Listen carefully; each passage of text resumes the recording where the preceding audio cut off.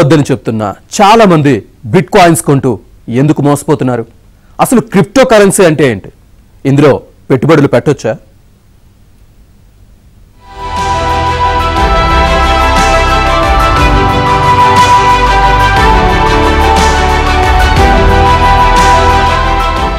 Crypto currency అంటే ఏ దేశానికి చెందని ఏ నియంత్రణ వ్యవస్థలోకి రాని ఒక డిజిటల్ కరెన్సీ. దీన్నే క్రిప్టో మనీ, క్రిప్టోగ్రఫీ కరెన్సీ అని కూడా పిలుస్తారు. ఈ క్రిప్టో కరెన్సీలో ఒకటి బిట్ కాయిన్ అంటే ఇది అంతర్జాతీయ ఊహాజనిత ద్రవ్యం. కరెన్సీ అంటే డబ్బు అనేది అందరికీ తెలిసిందే. వస్తువులు, సేవల మారకానికి ఉపయోగించే మాధ్యమమే డబ్బు. ఒకప్పుడు వస్తు మార్పిడి పద్ధతి ఉండేది. తర్వాత మారకంగా బంగారాన్ని ఉపయోగించేవారు. తర్వాత మొత్తం ద్రవ్యాన్ని ప్రభుత్వాలు నియంత్రణలోకి తీసుకున్నాయి. ఆ తర్వాత వెండి, రాగి, ఇనుప నాణేలు వచ్చాయి. ఆధునిక కాలంలో కరెన్సీగా కాగితపు నోట్లను ముద్రిస్తున్నాయి ప్రభుత్వాలు. డిజిటల్ విప్లవంతో ఇదే కరెన్సీతో డిజిటల్ లావాదేవీలు సాగిస్తున్నారు. అయితే ఈ లావాదేవీలన్నీ ప్రభుత్వ నియంత్రణలో బ్యాంకుల మధ్యవర్తిత్వంతో నడుస్తాయి.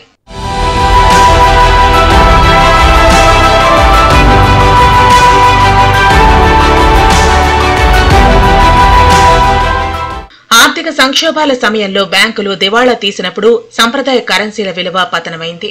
ప్రభుత్వ నియంత్రణ కాని, బ్యాంకుల మధ్యవర్తిత్వం లేని ఇద్దరు వ్యక్తులు లేదా సంస్థల మధ్య నేరుగా సురక్షితంగా బదిలీ చేసుకోగల డిజిటల్ కరెన్సీని తయారు చేయాలని కొందరు ఔత్సాహికులు నడుం కట్టారు. అలా పుట్టుకొచ్చిందే క్రిప్టో కరెన్సీ. ఈ కరెన్సీని ఏ ప్రభుత్వమూ జారీ చేయదు. ఇది ఏ బ్యాంకు నియంత్రణలోనూ ఉండదు. ఇదంతా ఓపెన్ సోర్స్ కంప్యూటర్ ఆల్గారిథం ఆధారిత నెట్వర్క్ ద్వారా నడుస్తుంది.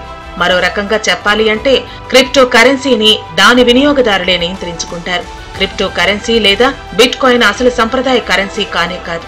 ఇది ఎవరో ఒకరి నియంత్రణలో ఉండని డీసెంట్రలైజ్డ్ వ్యవస్థ. బ్లాక్ చైన్ అనే టెక్నాలజీ ఆధారంగా నడుస్తుంది. 2008లో సటోషి నకామోటో అనే పేరుతో గుర్తు తెలియని ఒక వ్యక్తి ఈ క్రిప్టో కరెన్సీని సృష్టించాడు. 2009లో అదే వ్యక్తి బిట్ కాయిన్ తయారు చేశాడు. తర్వాత అదృశ్యమైపోయాడు. 2011 వరకు బిట్ కాయిన్ ఒక్కటే ఏకైక క్రిప్టో కరెన్సీగా ఉండేది. క్రిప్టో కరెన్సీలో భాగంగా ఆ తర్వాత రకరకాల కాయిన్స్ వచ్చాయి.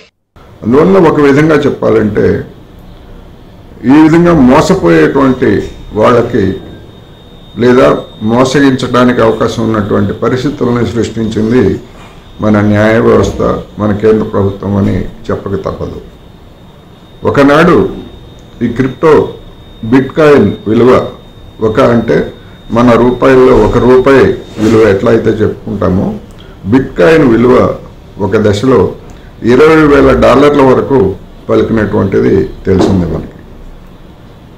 ఎప్పుడు $20,000 ఉంటుందో, ఎప్పుడు $2,000 పడిపోతుందో, తిరిగి మళ్ళా ఎప్పుడు పెరుగుతుందో తెలియనటువంటి ఒక విధమైనటువంటి గ్యాంబ్లింగ్ వ్యవస్థ ఈ బిట్ కాయిన్.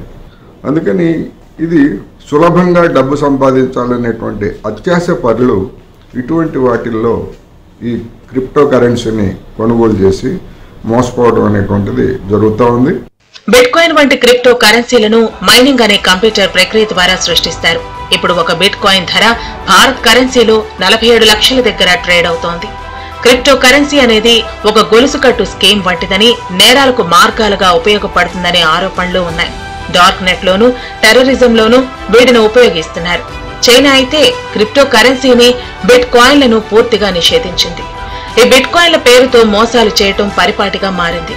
బిట్ కాయిన్ డీలర్లమని చెప్పుకుంటూ వాటిని అంటగట్టి అసలు కరెన్సీని కొట్టేస్తున్నారు కేటుగాళ్లు. ప్రజలకున్న అత్యాశను ఆయుధంగా మార్చుకుని సైబర్ కేటుగాళ్లు చెలరేగిపోతున్నారు. ఇనిషియల్ గా వీళ్ళు ఏం చేస్తారంటే ఒక సంఘ సేవ చేసేవాళ్ళలాగా, అందరికి హెల్ప్ చేసేవాళ్ళలాగా ఒక గ్రూప్ క్రియేట్ చేస్తున్నారు.